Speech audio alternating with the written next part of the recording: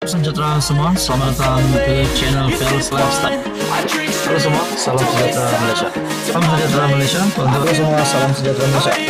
Salam sejahtera Malaysia. Halo semua, salam sejahtera Malaysia.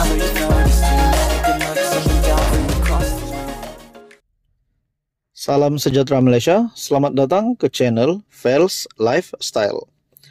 Satu isu hangat.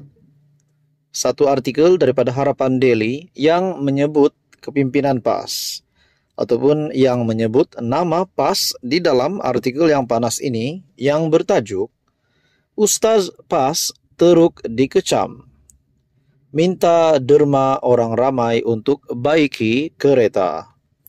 Sebelum kita mulakan, mohon bantu channel ini dengan menekan butang like. Anda juga dipersilakan untuk share video ini dan tekan butang subscribe.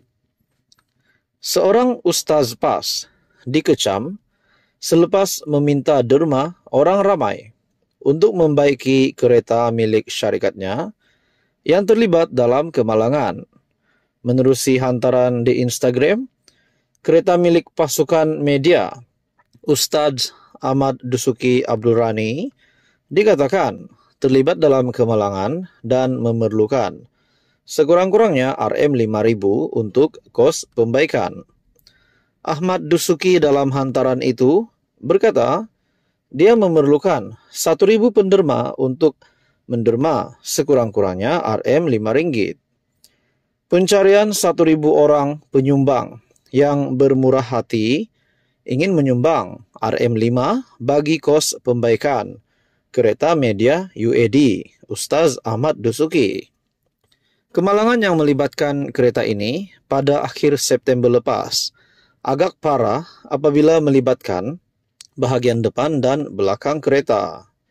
Kini kami menggunakan kenderaan pihak lain yang juga perlu dibayar kos sewanya. Kami dimaklumkan oleh pihak bengkel bahawa kos yang diperlukan sekitar RM3.000 sehingga RM5.000 untuk membaiki seluruh kerosakannya. Ahmad Dusuki mendakwa pihaknya tidak membuat tuntutan daripada insurans disebabkan beberapa masalah teknikal. Untuk itu beliau merayu sekiranya ada insan yang sudi menyumbang untuk membaiki pengangkutan media Ustaz Ahmad Dusuki. Selain turut menyertakan 2 akaun bank untuk meminta derma. Semoga setiap sumbangan ini untuk memudahkan kerja-kerja dakwah, menyumbang juga kepada kemudahan kita di sana nanti. Bagaimanapun, rata-rata netizen mengecam tindakan penceramah tersebut yang dilihat bermudah-mudah menagih wang orang ramai. PAS terkenal dengan jolokan parti Tin Milo kerana sering meminta derma untuk membiayai segala gerak kerja parti mereka. Justeru tindakan Ahmad Dusuki meminta derma untuk membaiki kereta tidak disenangi pengguna media sosial. Perbezaan bila ditimpa musibah, orang susah usahakan dapat duit. Ustaz pula minta orang. Komen Lutfi Zulkifli. Ustaz, kereta saya pun tengah rosak. Boleh kutipkan derma untuk saya? Sindir pengguna Virus Saleh. Dengan ini, bukankah PAS ataupun kepimpinan tertinggi PAS pasti dikejutkan dengan berita ini? Bukankah kepimpinan politik PAS ataupun PN boleh membantu? Apa komen Anda? Sekian saja. Teruskan bersama di dalam channel ini untuk info yang seterusnya. Halo, salam sejahtera Malaysia. Selamat datang ke channel Felix Lifestyle. Nah, tuan-tuan dan puan yang amat saya hormati, selepas kita mendengar kekalahan di Kemaman bagi Barisan Nasional, sudah pasti timbul banyak spekulasi.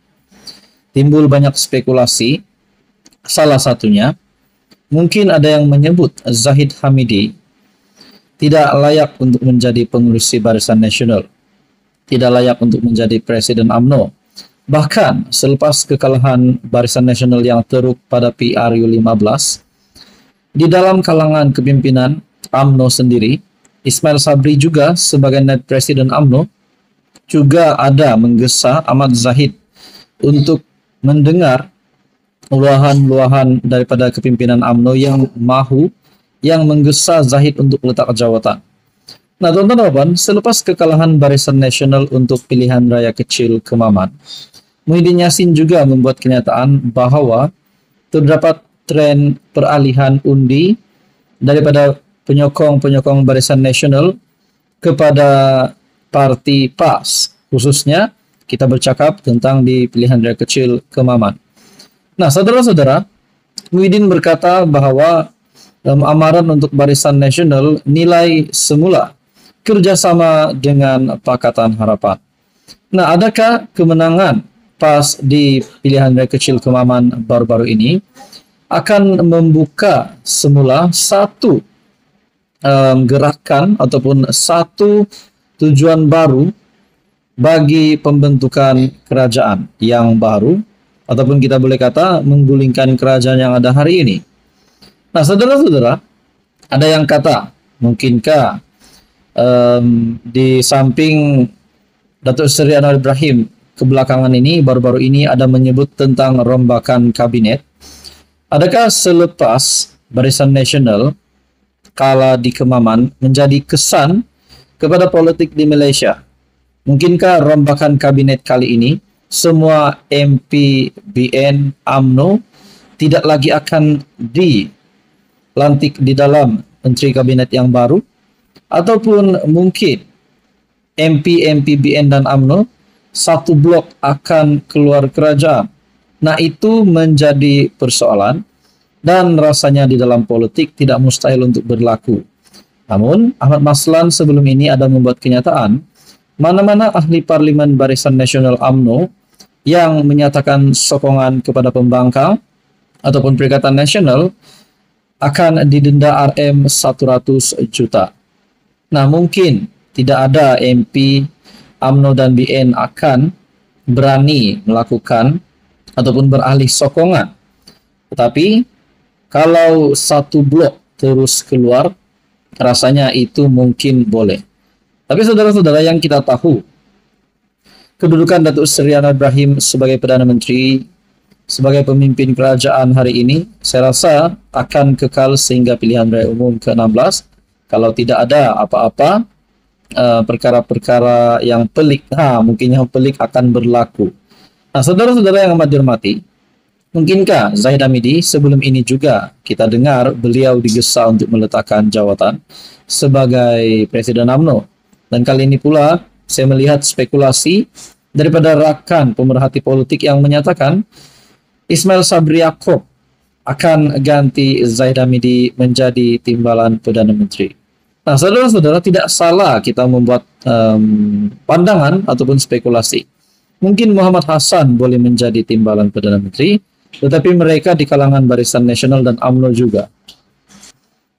Dan mungkinkah ada lagi nama-nama yang lain yang mungkin akan menggantikan Zahid Hamidi sekiranya benar-benarlah berlaku ahli parlimen Barisan Nasional UMNO ataupun mana-mana pemimpin besar BN UMNO yang akan dilantik sebagai yang akan digugurkan, ataupun mungkin ada yang baru dilantik di dalam kabinet kerajaan yang baru yang bakal dirombak tidak lama lagi rasanya. Nah, saudara-saudara, persoalan berkenaan dengan Ismail Sabri Yaakob menjadi timbalan Perdana Menteri, adakah itu relevan? Selepas beliau sebelum ini, mungkin dalam sejarah Malaysia menjadi Perdana Menteri paling singkat. Adakah beliau masih mempunyai hati untuk menjadi timbalan Perdana Menteri di samping Zahid Hamidi yang memang digesa untuk letak jawatan sebelum ini sebagai Presiden UMNO? Bahkan mungkin ada juga yang tidak menyukai Zahid Hamidi menjadi timbalan Perdana Menteri hari ini. Tetapi yang pastinya Zahid Hamidi masih kekal sebagai timbalan Perdana Menteri, Datuk Seri Anwar Ibrahim sebagai Perdana Menteri dan pemimpin kerajaan perpaduan. Apapun, kita tunggu PRU 16, barulah tahu nak guling kerajaan, disitulah berhempas pulas pada PRU 16. Tetapi kalau kemenangan masih berpihak kepada Pakatan Harapan, mungkinkah kerajaan perpaduan akan diteruskan? Nah, saudara-saudara, tuan-tuan dan puan, apa komen Anda? Teruskan bersama di dalam channel ini untuk info yang seterusnya.